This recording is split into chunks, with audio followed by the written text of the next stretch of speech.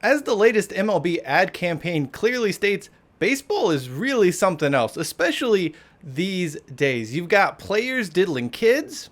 We gotta definitely write a song about how we do not diddle kids. The media melting down over the Yankees and owners threatening to move their teams if someone so much as looks at them sideways. Seriously, when was the last time we were just able to focus on things happening on the field? That day certainly is not today, because the White Sox ownership group is now threatening to leave Chicago. Another week, another MLB relocation threat.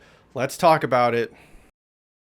Do not diddle kids, it's no good diddling kids. There is no quicker way for people to think that you are diddling kids than by writing a song about it.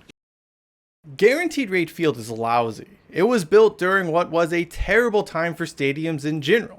And while countless renovations have been undertaken over the years, these haven't done much to improve the facility overall. The most memorable thing about it, at least for me, is probably the father and son meth addicts who attacked Kansas City Royals first base coach Tom Gamboa more than 20 years ago now. The following day's Jim Rome show, by the way, was completely epic as he talked about this. Oh, good times.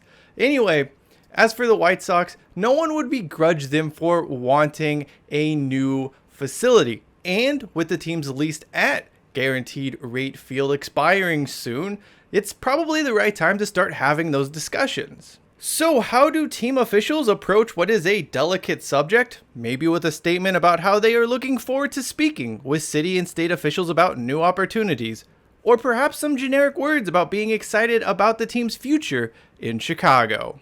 Nope, none of that. Instead, someone from the team leaked to the media that the club was thinking about possibly relocating to Nashville. Seriously? Really? You're not even going to try and play another card first? You're just going to jump right to we're moving the franchise? This is nothing more than bullying. Baseball teams love to brag about how involved they are with the local community, but none of them seem even remotely interested in being actual partners with the cities that they call home. Sorry, making a few PR gestures is hollow. Do the freaking work already. What irks me the most about the Chicago White Sox leaking to the press their willingness to relocate to Nashville is just how pathetic it is. They are the drunk college girl at a bar telling their boyfriend that they should not look at any other woman that night or else they're going to break up right then and there. It's unnecessary, unhelpful, and nothing more than a stupid cry for attention. Also, if you are a man in that situation, end it now, because you're about to get dragged through the mud, buddy. In some ways, I wish White Sox fans and city and state officials would tell team leadership to go pound sand, because if someone's first move is to threaten to leave, they aren't really worth keeping around in the first place. That would suck though, because it means a fan base that has supported its team for more than a century would be forced to watch their beloved franchise leave. Owner Jerry Reinsdorf and team leaders know that. They know exactly what they're doing.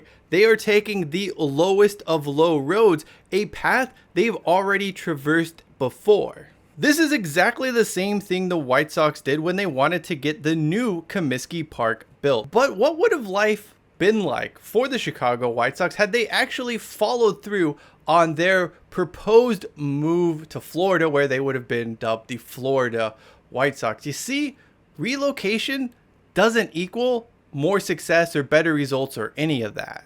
In the late 1980s, you had the White Sox and the San Francisco Giants both being moments away from moving to Tampa.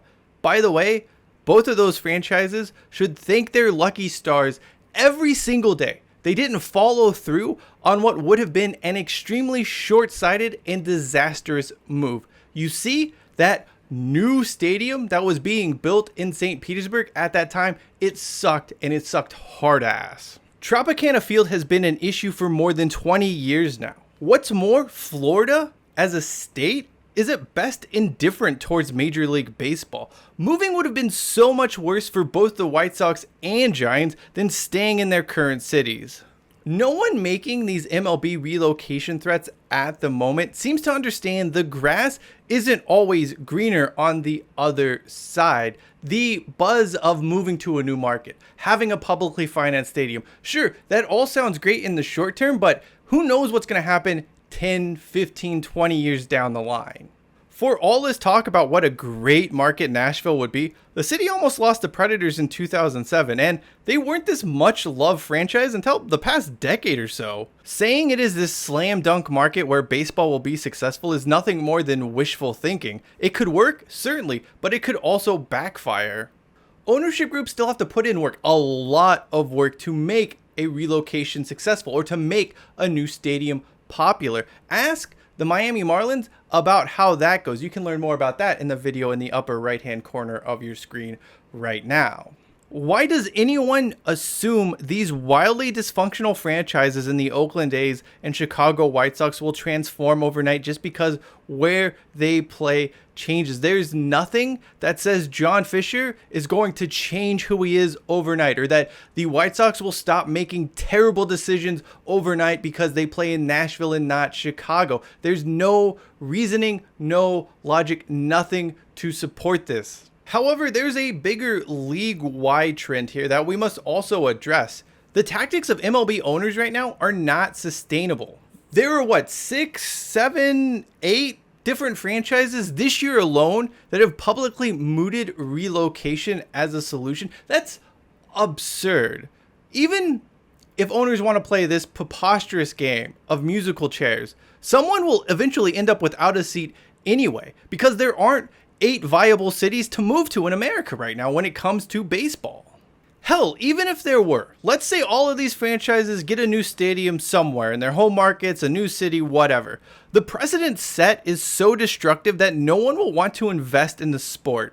Not fans, not cities, no one. What's the point of investing in it when you know in 20 years you're going to end up right back where you started from today, with a greedy owner grubbing for a new stadium?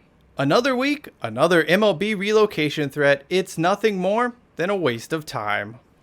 Meanwhile, Wander Franco was allowed to groom minors during his playing career. Man, the tenure of MLB Commissioner Rob Manfred just continues to reach these spectacular new heights. Fans are saying, oh yeah. That ad campaign from MLB, it's right. Baseball really is something else. That something else, though, it ain't very good. That does it for me. I'm Cheyenne Hollis. This is the Touchback. Keep the White Sox in Chicago. Keep the A's in Oakland. Keep the Brewers in Milwaukee. And if you're a greedy owner pissed off about not getting public financing for a stadium, think about selling the team. Subscribe to the channel if you would like. And as we're fond of saying around here, hashtag take it out to the 25. You gotta write songs that say, ooh, I wouldn't do it with anybody younger than my daughter. No, little kids gotta be big, older than my wife, my daughter, something like that.